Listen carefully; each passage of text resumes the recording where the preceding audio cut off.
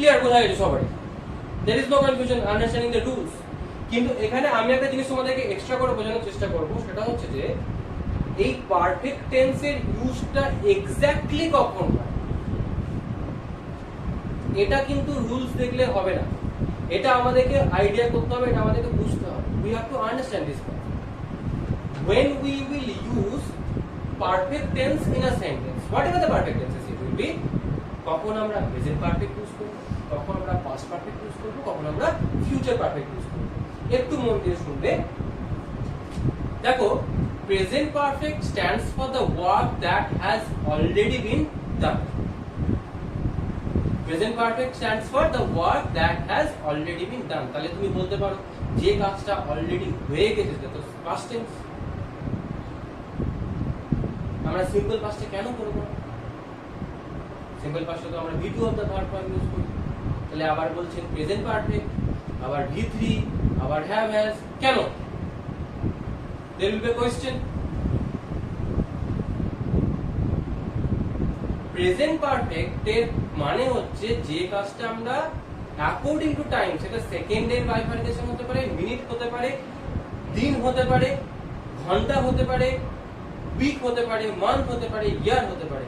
বোঝার চেষ্টা করবে time gap of the work, যে কাজটা আমরা করছি সেই কাজটা করার যে সময়ের যে দূরত্বটা সেটার উপর বেস করছে। যে কাজটা সবেমাত্র শেষ করবে, সেই সবেমাত্র শেষ করার কাজের যে দূরত্বটা সেটা বুঝতে হবে আমাদেরকে। ধরো তুমি বললে আমি আজকে ক্লাস 8 পাস করে ক্লাস 9 এ উঠলাম, কি ক্লাস 9 পাস করে ক্লাস 10 এ উঠলাম। তাহলে কোন এক্সাম পাস করেছো? ক্লাস 9 এর ফাইনাল এক্সাম পাস করে ক্লাস 10 এ উঠেছো, সবেমাত্র। 1 মাস হয়েছে কি 2 মাস হয়েছে? তাহলে বলবে I have cleared my class 9th examination. এই সেন্টেন্সটাকে একটু অন্যরকম করে লিখো, তাও তোমার ভুল হবে না। যে আই হ্যাভ পাসড এর জায়গায় লিখতা যে I passed class 9th examination and I have been promoted, বা they have promoted me, the school authority have promoted me to class 10, or the class teacher has promoted me to class 10। এটা লিখলেও কিন্তু sentence ভুল হবে না। কিন্তু তুমি যদি লেখো যে I passed class 9th exam and the class teacher promoted me to class 10, এই সেন্টেন্সটা কিন্তু ভুল হয়ে গেল।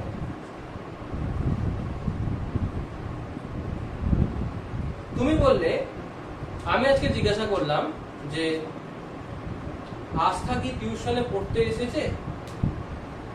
পিয়ুষ বলল আমি আজকে দেখতে পাইনি, আমার কাছে অনেক স্টুডেন্টস রয়েছে, আমি দেখতে পাইনি। তো পিয়ুষ বলল ইয়েস স্যার শি কেম।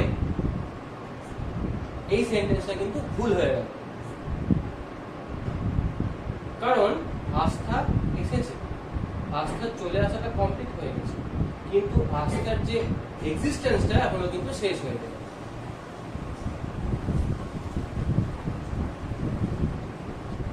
কথাটা বুঝতে পারলে? ঠিক সেরকম তুমি 9 এর এক্সামটা পাস করে গেছো, ওখানটা যদি তুমি সিম্পল পাস্ট টেন্স ইউজ করে দাও অসুবিধা নেই, কিন্তু তুমি এখন ক্লাস 10 এ পড়ছো, এখানে যদি তুমি পাস্ট টেন্সের ইউজ করে দাও তাহলে এটা ভুল হয়ে গেল। যারা ক্লাস 7 থেকে 8 এ উঠলে, ক্লাস 7 পাস করেছো, সিম্পল পাস্ট ইউজ করো, অসুবিধা নাই। কিন্তু ক্লাস 8 এ পড়ছো, এখন কিন্তু তোমাকে লিখতে হবে আমি the class teacher has promoted me to class 8, the class teacher has promoted me to class 9. Astha came to tuition, নয় Astha has come to tuition, মানে because she is still present। এই জায়গাগুলো আমাদেরকে বুঝতে হবে যে difference between present perfect and simple past. I think it is clear. এবার যেটা আমরা বলছিলাম, তো পাস্ট পারফেক্ট কোথায় ইউজ করব? তাহলে what is the difference between simple past tense and past perfect tense? এগুলো মন দিয়ে শুনতে হবে, মন দিয়ে বুঝতে হবে। এই পার্টগুলো কিন্তু ভালো করে দরকার পড়লে বারবার ভিডিওতে দেখবে, ঠিক আছে? where we will use past perfect tense R simple past tense। simple past tense যে কাজটা হয়ে গেল, আর past perfect সিম্পলি বুঝতে গেলে হচ্ছে যে কাজটা অনেকক্ষণ আগে হয়ে গেল। এখানেও কিন্তু টাইম গ্যাপ। এবার আমি একটা কথা বোঝাচ্ছিলাম না যে পারফেক্ট টেন্সের ইউজের ক্ষেত্রে মিনিটেরও ডিফারেন্স হতে পারে, আসটা ছিল 1 মিনিট আগে চলে গেছে, আমি সিম্পল পাস্ট টেন্স ইউজ করতে পারি। কথাটা বুঝতে পারলি তো? এটা বুঝতে হবে। এবার যে পাস্ট ইভেন্টটা অনেকক্ষণ আগে, বছরে আমি 1 বছর আগে কলকাতায় গেছি, আমি 1 বছর আগে কলকাতায় গেছি, এখনো কলকাতাতে আছি, তাহলে এটা আই লিভড ইন কলকাতা নয়, বা আই ওয়েন্ট কলকাতা নয়, আই হ্যাভ গন কলকাতা। আর ওখান থেকে যদি তোমাকে জিজ্ঞাসা করো where do you live, I live in Kolkata, simple present. কথাটা বুঝতে পারলি তো? এই টাইম গ্যাপ গুলো আমাকে ইউজ করাটা শিখতে হবে। এরর কারেকশনের ক্ষেত্রে বা সেন্টেন্স যেগুলোতে আমাদের সেন্টেন্স বুঝে করতে হয়, এগুলোতে কিন্তু এই জায়গাগুলোতে ভুল হয়। ঠিক আছে? বেসিক্যালি আমাদের এই যে আমরা টেন্স শিখছি, বেসিক্যালি আমাদের কি ইউজ করতে সিম্পল পাস্ট টেন্সেরই দেয় এন্ড পারফেক্ট টেন্সের দেয়। এই জায়গাটাতে আমি ওই জন্য আটকে আছি, বারবার করে বলছি। পাস্ট পারফেক্টের ক্ষেত্রেও তাই, দুটো পাস্ট ইনসিডেন্টস এর মধ্যে যেটা সব আগে হয়, যেটা পাস্ট পারফেক্ট হয়, পরেরটা সিম্পল পাস্ট টেন্স হয়। আর যদি সেরকম না থাকে, যদি শুধুমাত্র একটাই পাস্ট ইনসিডেন্ট থাকে, তাহলে আমাকে দেখতে হবে যে টাইম গ্যাপটা দিচ্ছে কিনা, সময়টা নির্ধারণ করতে দিচ্ছে কিনা, অনেক বছর আগেকার কোনো কথা বলছে কিনা। ক্লিয়ার? এই জায়গাগুলো বুঝতে হবে। ফিউচার পারফেক্টের ক্ষেত্রে বলছে ফিউচার পারফেক্ট কি? ফিউচার পারফেক্ট হচ্ছে যেগুলো probable incidents that might have been happened, like I don't know. Suppose হয়তো আজকে বাইরে থেকে না খেয়ে এসেছে, আজকে হয়তো প্রত্যয়ী বাড়িতে গিয়ে চুরি করে খেয়ে এসেছে,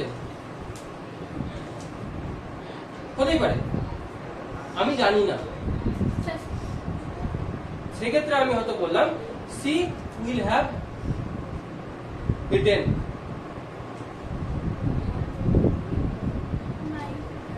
হবে, আমি মাইন্ড তো হবেই, ওটা তো মডেল সিরিজে আমি বোঝানোর স্বার্থে বলছি। পারফেক্টেড কেস হচ্ছে এরকম যে কেসটা আমি, ফিউচার পারফেক্টেড কেসটা হচ্ছে এরকম যে কেসটা আমি জানি না, হয়তো হয়ে গেছে। পারফেক্ট কথার অর্থ, হ্যাঁ না হতে পারে, সেটা আমি জানি না। পারফেক্ট কথার অর্থ হচ্ছে যেটা হয়ে গেছে। ফিউচারে আবার হয়ে গেছে কি, আমি এই অর্থে বোঝাতে চাইছি।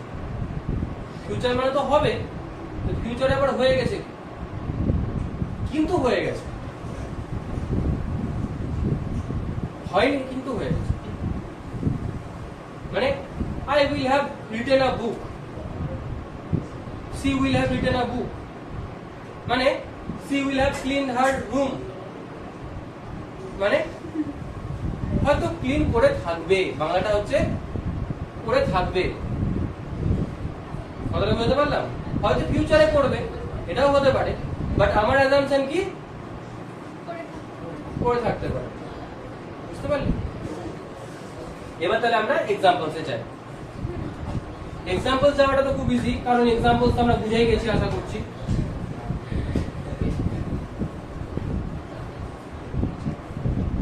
এক্সাম্পলস আমরা তো আশা করছি বুঝে গেছি। এক্সাম্পলস গুলো কি রকম? Look at the board. Examples গুলো কি? তাহলে প্রেজেন্ট পারফেক্ট,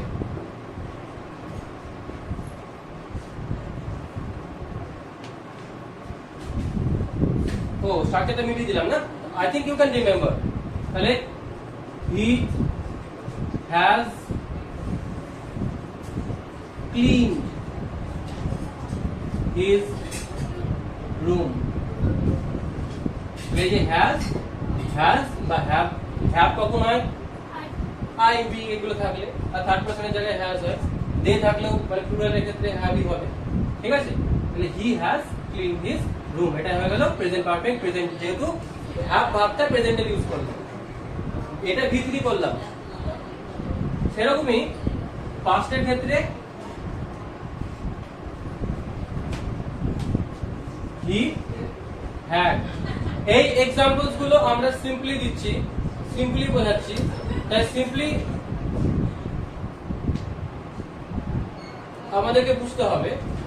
কিন্তু আমি তোমাদেরকে আগে যেটা বোঝালাম সেটা মাথায় রাখো। লাইভ ক্লাস নিচ্ছি আমি,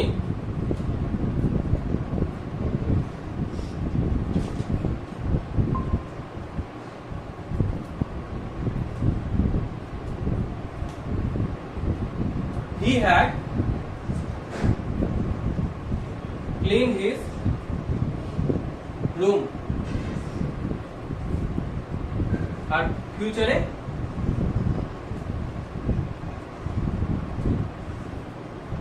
he will have clean his room।